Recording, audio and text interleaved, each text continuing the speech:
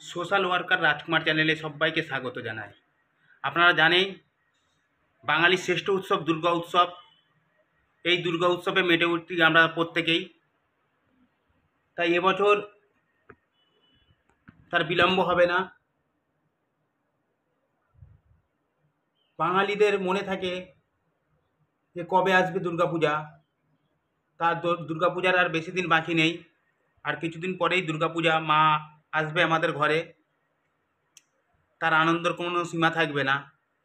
তাই আমরা প্রচুর মানুষ আমাদের ফ্যামিলির জন্য কেনাকাটা করি, আমাদের প্রিয়জনদের জন্য কেনাকাটা করি, কিন্তু অবহেলিত লাঞ্ছিত যে সমস্ত ছেলেমেয়েরা আছে তাদের কথা আমরা একবারও ভাবি না।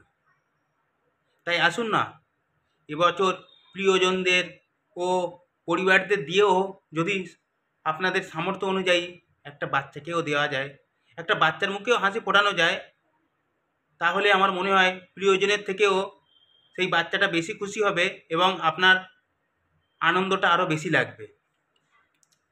তাই আমরা সকলেই আমাদের পরিবারের তো দিতেই হবে, পরিবারের সাথে সাথে যদি কিছু পিছিয়ে পড়া না পাওয়া বাচ্চাগুলো যদি একটু পূজার সময় একটা অন্তত বস্ত্র পায়, একটা যদি জামা পায়, তাহলে তাদের মনটা আনন্দে ভরে উঠবে।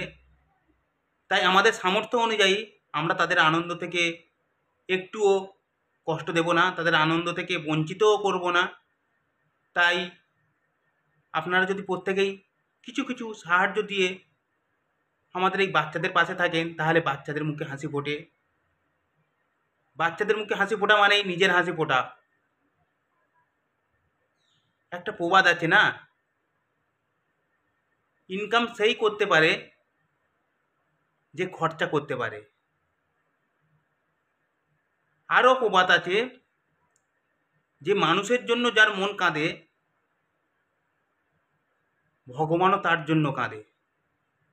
তাই আমরা যদি তাদের জন্য একটু আমরা এই সহানুভূতিটুকু দেখাই আমাদের সামান্য অর্থ দিয়ে, তাহলে আমাদের কিচ্ছু যায় আসে না। কিছুদিন আগে এক ভদ্রলোক বলছিল, রাজকুমার, আমি জীবনে অনেক টাকা ইনকাম করেছি, আমি ইউএসএ ছিলাম, আজকে প্রায় আমি কয়েক কোটি টাকার মালিক, কিন্তু জীবনে সুখ শান্তি কাকে বলে সেটা আমি উপভোগ করতে পারিনি। তোমরা যখন দুর্গাপুজোর সময় এখানে আনন্দ করছিলে তখন আমি ওখানে কাজে ব্যস্ত ছিলাম, প্রচুর টাকা ইনকাম করেছি। আজকে আমার কাছে প্রচুর টাকা, কিন্তু সুখ নেই, শান্তি নেই। আর আমি এত টাকা ইনকাম করেছি, আমি কাউকে কোনো সাহায্যও করতে পারিনি। সাহায্য করলে মানে মুখে বললেও করা যায় না। ইউএসের মতো জায়গায় কাকে সাহায্য করবে, তাই না? কিন্তু ওনার কাছে প্রচুর টাকা, উনি কাউকে সাহায্য করতেও পারেনি, সেই টাকা ওনার কাছে অর্থহীন।